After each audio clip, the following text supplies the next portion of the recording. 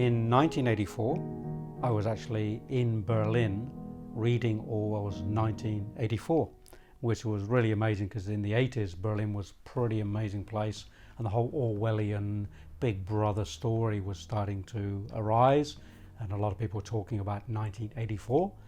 And having read it, I really felt the urge to continue that story.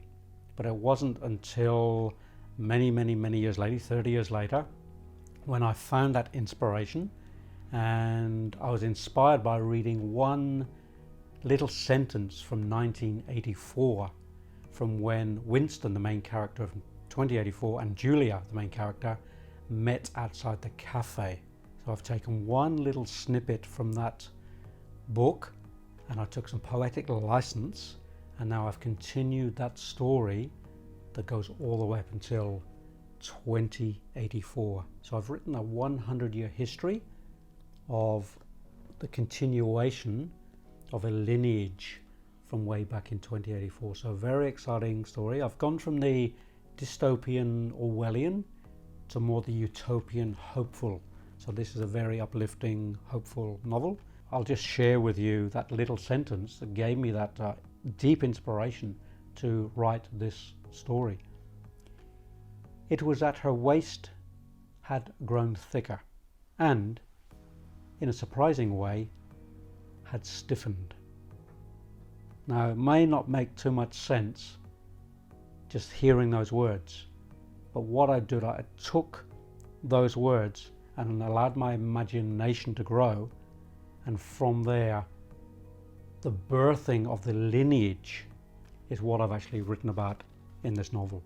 So there's a 100-year history of a lineage in my book. I've taken that darkness that Orwell was so good about writing about. He really spoke about the deep, dark side of humanity and the worst side of the soul of humanity. And what I've tried to do is lift us out of that into the more higher aspect of how we can be as human beings, how we treat each other, how we can live in a harmonious community rather than the few ruling the many. You know, the many suddenly become the rulers on themselves. They have their own communities, they have their own governments that are not oppressive. I have hope for humanity. I think currently, right now, where we're at here right now in humanity, we're at a tipping point. And if we bring in enough consciousness onto the planet collectively, I think we can sway the pendulum. But if we don't wake up, or we don't step into that new consciousness, that new paradigm, then I think humanity could slip back in the pendulum and go back into that deep, dark, controlled, dystopian space.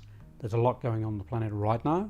There's a lot of control on the planet. There's lots of, if you like, dark governments and lots of media writing about the negative aspect of humanity. But I'm hopeful. I'm the alternative. I'm the optimist always. And what I've tried to cover in this book is that optimism. So I'm really about bringing humanity into a new consciousness. So in terms of the writing book, that was been an amazing journey. Actually started writing it in 2016 and it was published 4 years later, so a 4-year journey. And writing it and then editing it and getting the script and the cover and everything complete for the book was an amazing journey. Just absolutely loved the journey of writing the book.